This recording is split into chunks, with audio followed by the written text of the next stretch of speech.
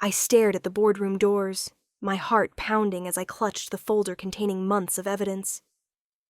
Tyler Bennett sat smugly at what used to be my conference table, completely unaware that his quarterly reports had just exposed every lie, every stolen client, every catastrophic failure he'd blamed on me. In 60 seconds, I would either reclaim my career or watch him destroy what was left of it. My name is Elena Rodriguez, and at 34, I thought I had everything figured out. 8 years at Bennett & Associates had earned me the corner office on the 12th floor, complete with those panoramic city views that make other executives quietly jealous. The wall behind my desk displayed industry awards like trophies from corporate battles I'd won through pure grit and late-night strategy sessions. I wasn't the loudest person in the room. Never was. But when Morrison Industries needed their brand repositioned, or when Blackstone Financial faced a public relations nightmare, they called me. My phone buzzed constantly with clients who trusted my methodical approach over flashy presentations. That's just how I operated. Substance over style, results over rhetoric. Then everything changed on a Tuesday morning in March. Mr. Bennett Sr. knocked on my office door with this proud father grin that immediately put me on edge. Behind him stood Tyler Bennett, 26 years old and radiating the kind of confidence that only comes from never failing at anything important. Harvard Business School MBA, designer suit, and handshake firm enough to crack walnuts. "Elena, I want you to show Tyler the ropes," Mr. Bennett announced. "He's got fresh ideas that'll shake things up around here." Fresh ideas. Right. Within 10 minutes of our first meeting, Tyler was questioning my client relationship strategies. Not asking to understand them, questioning them. He threw around buzzwords like synergistic paradigm shifts and disruptive market penetration with the enthusiasm of someone who'd memorized textbooks but never sat across from an angry client at 2 a.m. But here's where it gets interesting. Tyler wasn't just arrogant, he was strategic about it. He started charming the senior partners during lunch meetings I wasn't invited to. Casual conversations about theoretical frameworks and innovative approaches that somehow always included subtle digs at my overly cautious emotional methodology. Makes sense, right? Position himself as the future while painting me as the outdated past. The real shock came 3 weeks later. I arrived Monday morning to find movers in my office. Actual movers, boxing up my awards and personal items like I'd been evicted. "Nothing personal," Tyler said, appearing in my doorway with that Harvard smile. "Dad thinks this corner office would be better suited for someone handling the major accounts. You'll work just as effectively from a smaller space." A smaller space. Translation: a cramped interior office. That felt like a corporate closet compared to my former kingdom. I watched them relocate 8 years of my professional life in cardboard boxes, while Tyler supervised from what used to be my chair. Then there's the client poaching.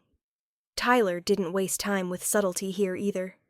He scheduled meetings with Morrison Industries, Blackstone Financial, and Apex Technologies, my biggest accounts, suggesting they'd benefit from fresh, innovative thinking rather than my traditional approach. And the weird part is, it worked. At least initially. These clients, relationships I'd nurtured for years, started questioning whether they needed someone with more contemporary strategies. Tyler's confidence was infectious. His presentations polished enough to blind people to the fact that he'd never actually delivered results for anyone. My new assignment? Local market development. Corporate speak for the accounts Tyler considered beneath his Ivy League credentials. Maria's authentic Mexican restaurant chain, Henderson Family Farms organic produce distribution, and Riverside Community Bank's local branches. Tyler publicly dismissed these as training wheels accounts, while announcing he'd handle the real marketing challenges. Let's not forget the daily humiliations. Tyler had this talent for undermining my authority in meetings, interrupting my presentations to offer helpful clarifications, and dismissing my input as too emotional whenever I disagreed with his theoretical approaches. Well, here's what Tyler didn't anticipate. Sometimes the accounts everyone overlooks become the ones that change everything. But that discovery was still waiting in my very near future. But Tyler didn't anticipate what happened next.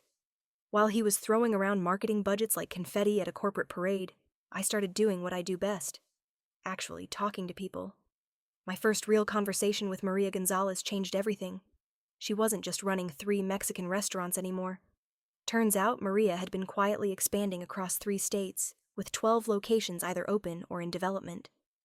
Her authentic approach to traditional recipes was creating this cult following that had food bloggers driving hours just to try her mole sauce. "Nobody takes us seriously," Maria told me during our second meeting. "The big agencies see family restaurant and think small potatoes." Small potatoes. Right. Maria's revenue projections showed numbers that would make Tyler's jaw drop, but he'd never bothered to look. Then there's Henderson Family Farms. What Tyler saw as local organic produce was actually a pioneering operation in sustainable agriculture. They weren't just growing vegetables, they were developing farming techniques that major universities were studying.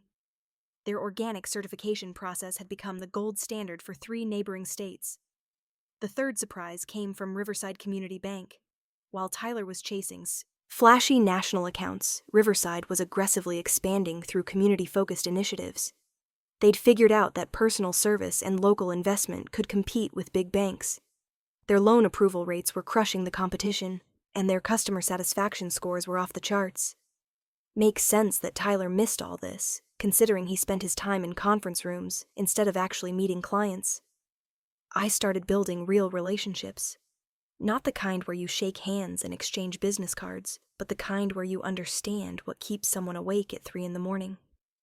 Maria worried about maintaining quality while scaling up.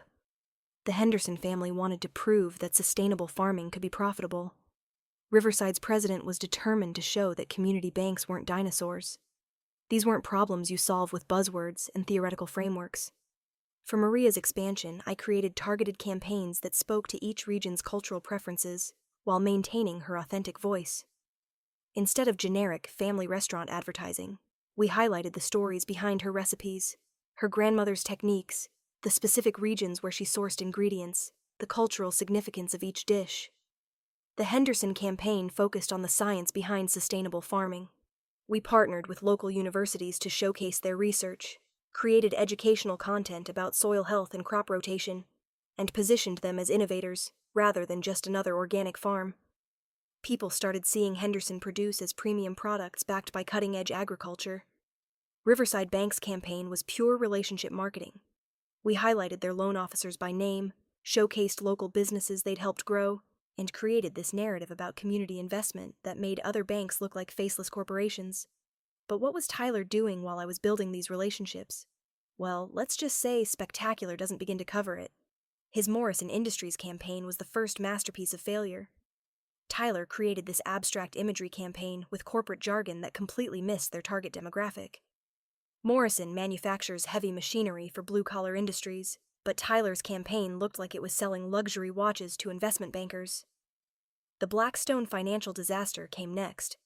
Tyler promised unrealistic returns in their marketing materials, which triggered regulatory warnings from 3 different government agencies.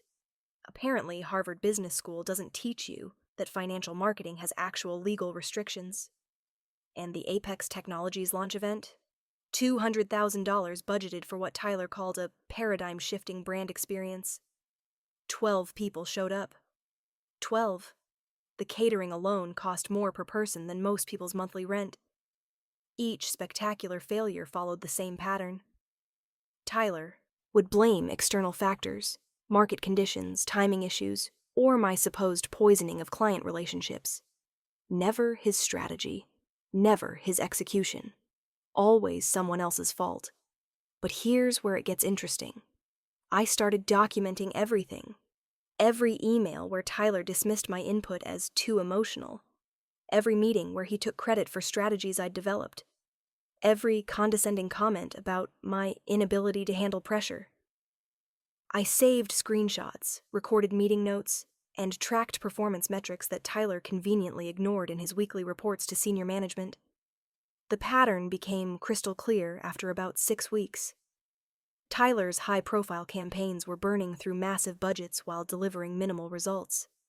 His client retention meetings were becoming increasingly hostile as businesses questioned their return on investment. Meanwhile, my training wheels accounts were exceeding every projected growth target. Maria's restaurants reported a 40% increase in foot traffic within the first month. Henderson Farms landed a major grocery chain contract that doubled their distribution network. Riverside Bank's loan applications surged, and they opened 2 new branches ahead of schedule. Tyler's response to my success? He doubled down on the arrogance. During one particularly memorable staff meeting, Tyler announced that my local bank strategy was interesting as a small market template and suggested adapting it for real clients. Translation, he was planning to take credit for my work while maintaining that his failures were somehow my fault. That's when I realized Tyler wasn't just incompetent. He was strategically sabotaging my reputation while stealing my successes to cover his disasters. The breaking point came during a presentation to the board of directors. Tyler presented my successful community banking approach as his own innovation, claiming he'd developed it as a template for small market penetration. He stood there in his designer suit, using my research, my client relationships, and my results to prop up his failing reputation. I sat in the back of that conference room, watching him steal 8 months of my work, and something clicked into place. Tyler's quarterly numbers were about to be distributed. Those same numbers would show his catastrophic losses, right alongside my unexpected successes. The quarterly reports landed on desks 3 days before the next board meeting. I received my copy on a Friday afternoon and immediately recognized the pattern I'd been tracking. Morrison Industries showed a net loss of $180,000. Blackstone Financial had terminated their contract early, citing misleading marketing practices. Apex Technologies was threatening legal action over failed campaign promises. My small accounts combined profits that exceeded Tyler's losses by 30%. I spent that weekend preparing something Tyler would never see coming. A comprehensive presentation that connected his failures to his attitude, his harassment to his incompetence, and his stolen strategies to his desperate attempts at self-preservation. Tyler had played this game assuming the rules favored him. Harvard degree, family connections, and that golden boy charm that worked on everyone who mattered. But he'd made one crucial mistake. He'd underestimated the power of documentation, genuine client relationships, and cold, hard numbers. Monday morning was going to be very interesting. Monday morning arrived with that particular energy you feel before everything changes. I walked into the office carrying my folder of evidence, watching Tyler stride through the hallways like he owned the place, which technically his family did. But ownership doesn't guarantee competence. The boardroom meeting was scheduled for 10 a.m. I'd requested 15 minutes to discuss market expansion strategies, and Tyler had immediately inserted himself into the agenda. Classic move. He couldn't risk me getting solo time with the board, especially when his quarterly numbers looked like a financial horror story. I arrived early and set up my presentation materials. Nothing fancy, just printed reports, email screenshots, and those brutal quarterly numbers that told the whole story. Tyler walked in 5 minutes later, carrying his leather portfolio and wearing that Harvard smile. "Morning, Elena. Ready to share your little local market insights?" Little local market insights. Right. The same insights that had generated more profit than his 3 major accounts combined. Mr. Bennett Sr. entered with the other board members, and I could see the concern on their faces. They'd all received the quarterly reports. The numbers didn't lie, even when Tyler tried to explain them away. "Before we begin," Tyler announced, "I think it's important to provide context for Elena's presentation. The local market requires different metrics than our enterprise accounts." Different metrics. Translation? Please ignore how badly I've screwed up. I stood and opened my folder. Time to connect some dots. "Let's start with the numbers everyone's already seen," I began, projecting the quarterly report onto the conference room screen. Morrison Industries, Blackstone Financial, and Apex Technologies show combined losses of $400,000 over 3 months. Tyler shifted in his chair. "Market conditions have been challenging. Meanwhile," I continued, "Maria's restaurant chain, Henderson Family Farms, and Riverside Community Bank generated $620,000 in new revenue." The room went quiet. Numbers have this wonderful way of cutting through corporate bullshit. Then I opened the real folder, the one with Tyler's email trail. Here's Tyler dismissing my Morrison Industries strategy as too emotional before implementing a campaign that lost them $180,000. I clicked to the next slide. Here's him taking credit for my community banking approach while calling my original accounts training wheels. Mr. Bennett Sr.'s face was turning an interesting shade of red. Not anger at me, anger at the pattern emerging on screen. This email shows Tyler promising Blackstone Financial unrealistic returns, which triggered regulatory warnings. This one shows him budgeting $200,000 for an Apex event that 12 people attended. Tyler tried interrupting. Elena, this is clearly a personal attack. Personal? I pulled out my phone and played a recorded snippet from our last team meeting. Tyler's voice filled the room. Elena's inability to handle pressure makes her unsuitable for major accounts. Well, that was awkward. The next 15 minutes were methodical destruction. I showed his pattern of harassment, his theft of my strategies, and his systematic blaming of others for his failures. But most importantly, I showed the results. Maria's 40% increase in foot traffic, Henderson's major grocery contract, Riverside's 2 new branch locations. These weren't lucky breaks. They were outcomes from understanding clients instead of impressing them with buzzwords. Mr. Bennett Sr. finally spoke. Tyler, how do you explain these discrepancies? Tyler's confidence cracked like expensive veneer. Dad, Elena's obviously been sabotaging my client relationships. With what? I interrupted. Documentation? Results? Professional competence? The board members were exchanging those looks that end careers. Tyler's golden boy protection evaporated when they realized his failures could have destroyed the company's reputation. The meeting ended with Tyler quietly excusing himself. 2 hours later, he was transferred to junior market research in a different building. I got my corner office back, plus a promotion to senior vice president and 3 junior executives to mentor. But honestly, the best part was watching Maria's restaurant empire continue expanding, knowing I'd helped build something real instead of just managing someone else's ego. Sometimes the small accounts teach you everything about what actually matters. The funny thing about corporate justice is how quickly it moves once the right people see the right numbers. Within 48 hours, Tyler Bennett's golden boy status became corporate history. Mr. Bennett Sr. called me into his office Wednesday morning, looking like a man who'd aged 5 years in 2 days. The legal department had spent Tuesday reviewing Tyler's harassment documentation. Turns out, creating a hostile work environment while hemorrhaging company money makes for terrible optics. Elena, I owe you an apology, he said, sliding a promotion letter across his desk. Senior Vice President of Client Relations, effective immediately. Senior VP, corner office restored.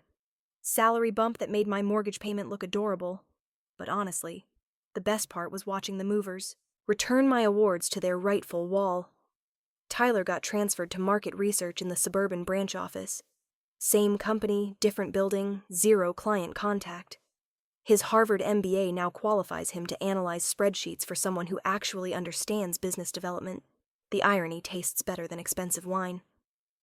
My first executive decision was hiring 2 junior associates to help manage what Tyler had dismissed as training wheels accounts. Maria's restaurant chain was expanding into Texas and needed serious marketing muscle. Henderson Family Farms had 3 university partnerships developing their sustainable agriculture research. Riverside Community Bank was opening locations in 2 neighboring states. These small accounts were becoming the foundation for Bennett & Associates' new growth strategy. Turns out, understanding your clients generates more revenue than impressing them with theoretical frameworks. Last month, Maria invited me to the grand opening of her 15th location. The place was packed with customers who'd driven hours for her authentic mole sauce. Maria pulled me aside during the celebration. You know what the difference was? She asked. You actually listened. Simple concept, revolutionary results. I still see Tyler occasionally in the corporate parking garage. He drives the same BMW, wears the same designer suits, carries the same leather portfolio. But his swagger disappeared along with his corner office. Confidence without competence has a remarkably short shelf life. My wall now displays a new award from the Regional Business Association, recognizing our community-focused marketing approach. The inscription reads, Excellence in Client Relations. Tyler's theoretical frameworks never generated anything worth framing. These days, my phone buzzes constantly with potential clients who've heard about our authentic relationship marketing. Word travels fast when you deliver actual results instead of corporate buzzwords. Sometimes the best revenge is simply being better at your job. Who knew competence could be so satisfying?